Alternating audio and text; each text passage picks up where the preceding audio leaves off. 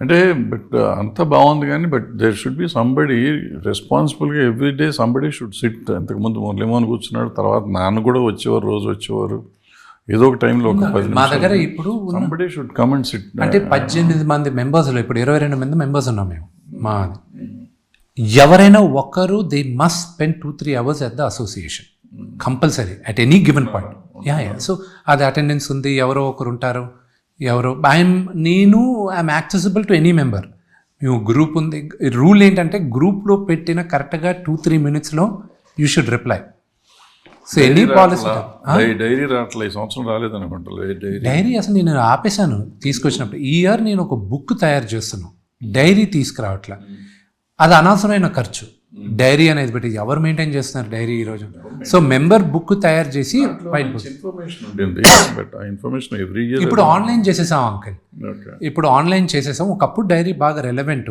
ఇప్పుడు ఏం చేస్తున్నాం అంటే ఒక నోట్ బుక్ తయారు చేస్తున్నాం, ఒక హ్యాండ్ బుక్ లాగా. ఆల్ మెంబర్స్ ఫోటోస్తోను ఫోన్ నెంబర్లు తీసేస్తున్నాం, అది ప్రైవసీ ఇష్యూస్ కోసం తీసేసి. ఒకటి మీ సపోర్ట్ నాకు మేజర్గా కావాల్సింది ఏంటంటే, మేము మూవీ ఆర్టిస్ట్ ప్రెసిడెంట్గా మిమ్మల్ని అడుగుతున్నాను, మిమ్మల్ని I want you to come and help us. Non మెంబర్లు చాలామంది ఈరోజు యాక్ట్ చేస్తున్నారు. అది నేను ప్రొడ్యూసర్ కౌన్సిల్ దాంట్లో ఇప్పుడు మూమెంట్ తీసుకురాబోతున్నాం. కంపల్సరీ వాళ్ళందరూ మెంబర్స్ అవ్వాలి అనేది ఒక రీజన్ ఎందుకో చెప్తాను. రేపు ఏదో ఒక ఇష్యూ జరిగింది సెట్లో, ఒక ఆర్టిస్ట్ అన్నారు అంటారు కానీ వాళ్ళ మెంబరా నాన్ మెంబరా ఎవరికి తెలియదు. రెండోది, ఇప్పుడున్న కాలంలో ఉమెన్ షుడ్ బి ప్రొటెక్టివ్ అన్నాను వెరీ స్ట్రాంగ్గా.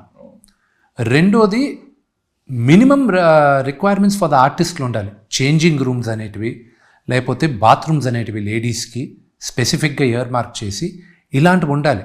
ఒక ఆర్టిస్ట్ కానీ కంపల్సరీ ఒక సినిమా యాక్ట్ చేస్తున్నాడంటే ఆ ఆర్టిస్ట్కి కంపల్సరీ ఇన్సూరెన్స్ ఉండాలి. ఆ సెట్లో అంతెందుకు అంకుల్, ఆచార్య యాత్రలో నాకు కింద పడిపోయి నాకు తగిలితే ఒక్కరోజు హాస్పిటల్లో చేర్పించి మరుసటి రోజు వీళ్ళందరూ ప్రొడక్షన్ మొత్తం ఎగిరిపోయింది. నేను because I'm so and so, నేను నా వల్ల ఐ కుడ్ అఫోర్డ్ కాబట్టి ఇండియా నుంచి అందరూ ఫ్యామిలీ అంతా వచ్చారు, మన వర్గం వచ్చింది, చూసుకున్నారు, వచ్చాను. అదే కానీ ఇంకొక చిన్న ఆర్టిస్ట్కి అఫోర్డ్ చేయలేని ఆర్టిస్ట్ తగులుండిందంటే అతని పరిస్థితి, తన పరిస్థితి. సో అందుకే ప్రతి యాక్టర్కి ఇన్సూరెన్స్ అనేది కంపల్సరీ. యాక్ట్ చేసి ప్రొడక్షన్ చేయాలి. మేము అసోసియేషన్ తరపున మేము చేసాం, కానీ నూతన్ ప్రసాద్ గారికి ఏమైంది?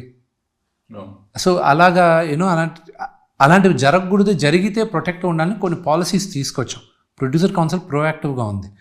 కానీ ఇండస్ట్రీలో ఒక కొత్త అలవాటు ఏమైందంటే, దీని ముందు మేనేజర్స్ యాక్టర్స్కి ఉండేవాళ్ళు, యాక్టర్కి డేట్స్ చూసేవాళ్ళు.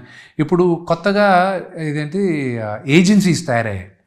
వాళ్ళందరినీ కూడా చూపిండి తీసుకొచ్చే బాధ్యత మీలాంటి పెద్దవాళ్ళకు ఉంది. మేము పాలసీలు తీసుకొస్తాం, కానీ వాళ్ళని లైన్లో పెట్టాల్సిన పెద్దవాళ్ళు మీలాంటి వాళ్ళు మాకు హెల్ప్ చేయాలి.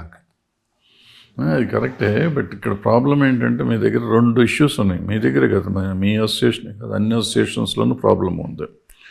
ఫర్ ఎగ్జాంపుల్, ఒక ఆర్టిస్ట్ బాంబే నుంచో, మెడ్రాస్ నుంచో, ఎక్కడి నుంచో వస్తున్నారు, కేరళ నుంచో. ఫర్ ఎగ్జాంపుల్ మోహన్ లాల్ గారు అనుకుందాం కొంచెంసేపు. మోహన్ లాల్ గారు ఇవాళ వచ్చి కొత్తగా ఇక్కడ మెంబర్షిప్ తీసుకోక్కర్లా. అవును, ఊరికి పేరుకి చెప్పాయింది. ఎవరైనా కానీ ఐ టెల్ యూ, మేము దానికి ఏం చేసాం కూడా చెప్తాను.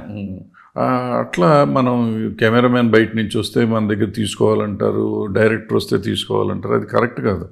యాజ్ యూ సెడ్, కొత్తగా మన దగ్గర నుంచి, ఫర్ ఎగ్జాంపుల్ నేను వెళ్ళి మీ దగ్గర వేషాలు వేస్తా అంటే నాకు తీసుకోవాలి కార్డు. అది కంపల్సరీ. అంటే ఎవరైనా నానేంటి ఎవరైనా కానీ మన భాషలోకి వచ్చిన వాళ్ళు మన దగ్గర ఆల్రెడీ ఒక భాషలో అక్కడ యూనియన్లో మెంబర్ అయితే ఇక్కడ తీసుకోక్కర్లా. భారతదేశంలో ఉన్న వాళ్ళంతా ఒకటే కాబట్టి అది మనం చాలా చోట్ల ఫాలో అవట్లేదు. మనం మా మూవీ ఆర్టిస్ట్ అసోసియేషన్లో ఇంతకుముందు, ఇప్పుడు నువ్వు వచ్చినాక నాకు తెలీదు, ఇంతకుముందు ఎక్కడి నుంచి వచ్చినా ముందు మా దగ్గర మెంబర్ అవ్వను.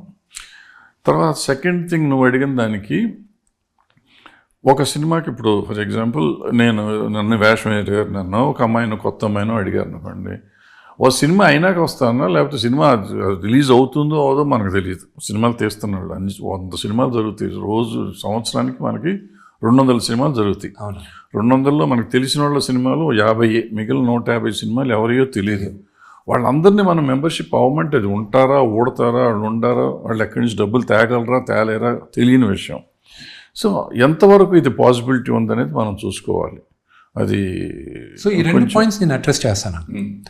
ఫస్ట్ పాయింట్, నేను సౌత్లో ఉన్న అన్ని ఇండస్ట్రీస్కి, నార్త్లో ఉన్న బాంబే అసోసియేషన్ కూడా వీళ్ళందరితోనూ నేను సినీటా అంటారు, వాళ్ళతో వెళ్ళి టైఅప్ పెట్టుకున్నాం. ఏమనంటే మీ ఆర్టిస్టులు మా దగ్గర రావచ్చు, మాకు మీ దగ్గర రావచ్చు. కన్నడ అయింది, మలయాళం అయింది, తమిళనాడు మాత్రం నేను 2 సంవత్సరాలుగా నాజర్ గారికి కార్తీ వెనక కనపడుతున్నాను, 3 సంవత్సరాలుగా. వాళ్ళు ఎందుకు నేను ఇప్పటికీ కార్తీ నేర్పిస్తాను, ఏంటయా మీరు అసలు ఒక లెటర్ మీరు సైన్ చేయడానికి అసోసియేషన్ టైఅప్ మీ వల్ల అవ్వట్లేదు, ఈ రోజుకి అరుస్తూ ఉన్నాను కార్తీని. నేను ఏంటంటే అందరితో టైఅప్ ఏంటంటే వీఆర్ ఆల్ వన్ ఇండస్ట్రీ. మీరు వచ్చి ఇక్కడ యాక్ట్ చేసే పని అయితే you become a member, we encourage you to become a member. 50% మేము డిస్కౌంట్ ఇస్తాం, but you will have to adhere to the rules. రేపు సపోజ్ మీరు అన్నట్టే మీరు XYZ యాక్టర్ ఉన్నాడు, అతను ఏదో ఒక భాష యాక్టరు, అతని ఇండస్ట్రీకి వచ్చి తప్పు చేశాడు, ఏ రూల్ గవర్న్ చేస్తుంది? వాళ్ళ రూల్ గవర్న్ చేస్తుంది.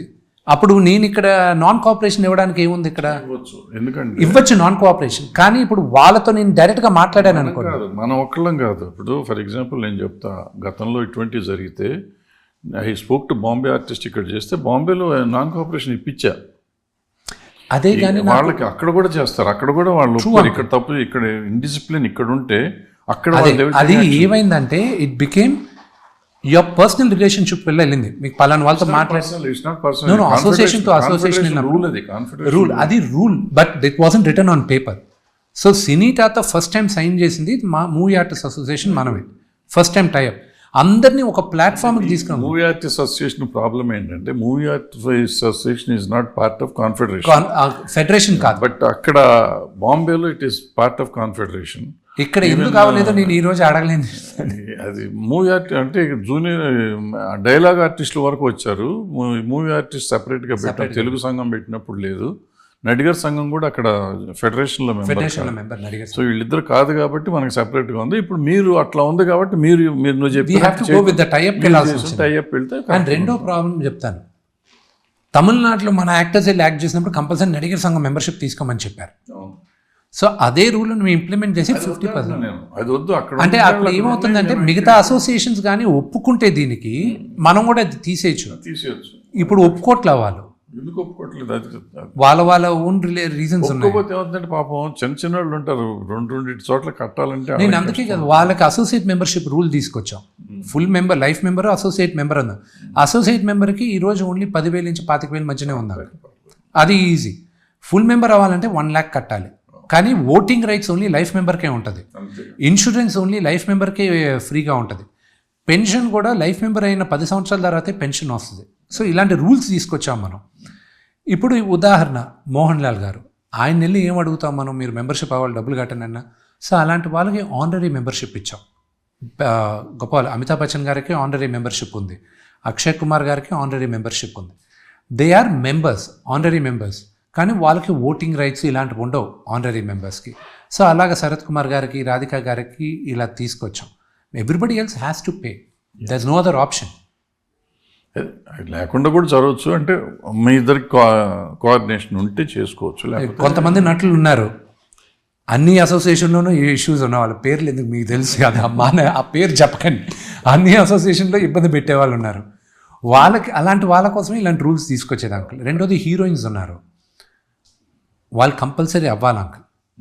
హీరోయిన్స్ మాత్రం కంపల్సరీ మెంబర్స్ అవ్వాలి. ఎందుకంటే వాళ్ళు ఇండిసిప్లిన్గా ఉంటారా లేదో తెలియదు, కానీ వాళ్ళని రిప్రజెంట్ చేసే వాళ్ళు మాత్రం రెస్పెక్ట్ చేయరు మన యూనియన్స్ని, అసోసియేషన్స్. అంతే, దానికోసం నేను కంపల్సరీ చేశాను. బాగుంటుంది.